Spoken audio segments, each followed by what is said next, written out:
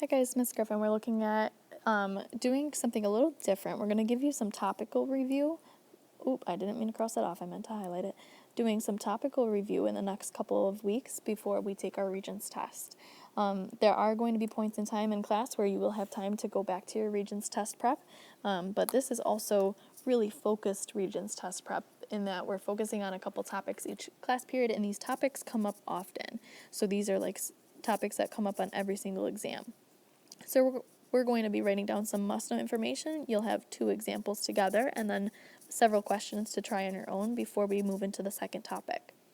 So when we're solving an equation like this, the first thing to know is that we have to get it into a standard form. So that means ax squared plus bx plus c equals 0. After that, we're going to use the quad formula. And this comes from your reference sheet. So that's the x equals negative b plus or minus square root b squared minus 4ac all over 2 times a. So we're going to stop with writing right there, but we're going to start solving the problem, and then we might have more steps to put over onto the right-hand side. So when I'm looking at this first equation, I notice that it's not equal to 0. So my first step is to subtract 9. I'm going to just zoom this in a little bit. So we have 5x squared minus 2x plus 4 equals 0. From here we have to identify the a, the b, and the c, and as long as we put it in standard form, in terms of order, x squared, x, and then no x, we can just identify them going straight across the board. So now I'm going to plug into my quad formula, and that looks like x equals negative 2, turning it into a positive 2, plus or minus square root of negative 2 squared. Notice how I put it in parentheses. Minus 4 times 5 times 4 all over 2 times 5. So my next step is to look at what this is equivalent to underneath the square root. So everything else stays the same. I can actually simplify the 2 times 5. And then under the square root, when I type that in, we end up with negative 76. So we can clearly see that that's not part of our answer. So what we're going to do is take this, and in our calculator, we're going to hit menu, and I need you to do this right now. Menu, number, factor. Because this will break down your number by factoring it into what's called the prime factorization. So this gives me negative 1 times 2 squared times 19. So we're going to make a good radical and a bad radical out of these things. And I'm also going to recognize that I is equivalent to the square root of negative 1. So when we have a negative 1 underneath the square root, it turns into an I on the outside. 2 squared is going to go into the good radical, and 19 will go into the bad radical. Good radicals are for things that have even exponents. And now I'm just going to simplify one step further before I bring it back to my formula on this side. So I know that square root of 2 squared is just 2. You could even type that into your calculator if you were not sure. So this gives me 2i square root 19 to replace this whole square root here. So we have x equals 2 plus or minus 2i square root 19 all over 10. From here, I notice still that it's not an answer, so I'm going to take those coefficients and divide by something in common, such as 2.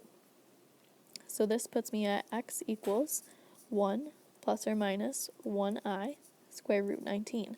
And I happen to notice that all of the answers are also separated in terms of a plus bi form.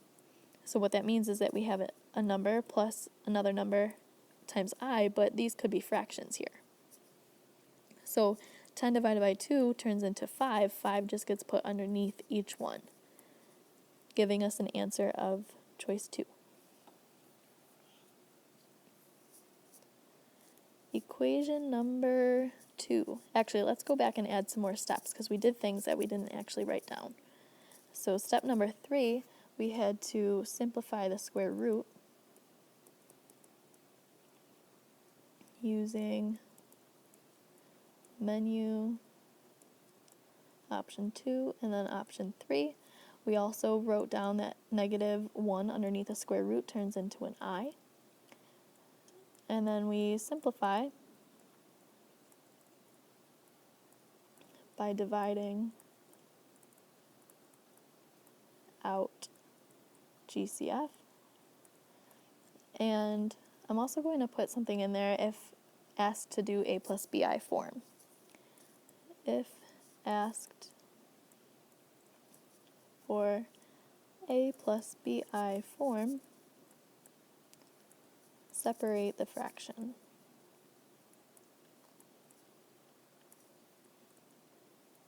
And if you even want to draw a picture, something like that would remind you what that would look like. For example number 2, it says the roots of this equation are blank. So we're going to do the same thing, make sure it's equal to 0, and it is. Make sure it's in standard form, and it is. And then I also want to make sure that I know what the coefficient of x squared is, and that's just that invisible 1. So we've got a, b, and c, and we're going into the quad formula again. So that's x equals -b, so -2 plus or minus square root of b squared, so 2 squared, minus 4 times the a times the c, all over 2 times the a value. So remember, our next step is to simplify what's underneath here. So we have -2 plus or minus something under a square root over 2. This expression turns into a -16 when typed into the calculator.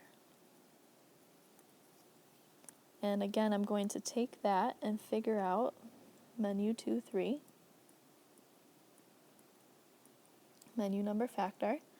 And when I do that, it gives me -1 times 2 to the 4th. So that means an I out in front, good radical, bad radical. 2 to the 4th has an even exponent, so there's nothing in the bad radical. And then if I take it a step further, I know that square root of 2 to the 4th turns into 2 squared, or in other words, 4, with an I. So I'm replacing square root of -16 with a 4i. X equals -2 plus or minus 4i all over 2. And then, of course, I want to try to simplify. These numbers can be divided by 2. X equals -1 plus or minus 2i, leaving us with choice number 3. All right,